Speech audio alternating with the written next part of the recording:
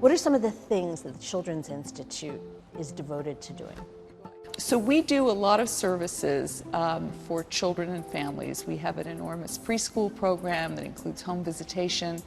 We're throughout South LA. We also do a lot of mental health services. We do services for families to provide resources. A lot of care coordination is really kind of what it boils down to.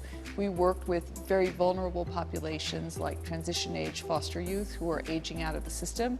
We work with a lot of younger children in the foster care system. We work with families that are living in difficult circumstances because of poverty, because of violence in the home, violence in the community. So the core of our service model is to address trauma. We know that trauma can really hurt minds and bodies. So early trauma can cause not only mental health problems, but it also affects the developing body, and it can cause lifelong health problems. So intervening early where there's trauma is critically important to changing that trajectory and not repeating generation after generation of trauma and all of the results that come from it. We can't hesitate to talk about this space that has just recently been opened.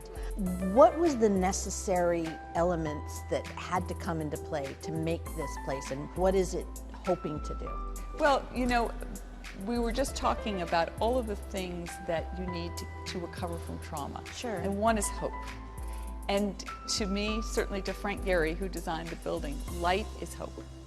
He said a beautiful thing at the dedication of this space. He sort of looked up and he said, you know, light is free.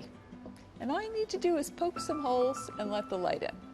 Now, of course, not as easy as he makes it sound, but if you look up and you see the space that's really cathedral-like, the light plays such a huge part in the power of this building, and that you don't need to be an architect or understand, you know, engineering to walk in here and feel it. To feel there's hope, there's beauty, but it's very simple, it's not intrusive, and it is a place that's really a sanctuary for the community, for the children and families, and for our staff who come to work here.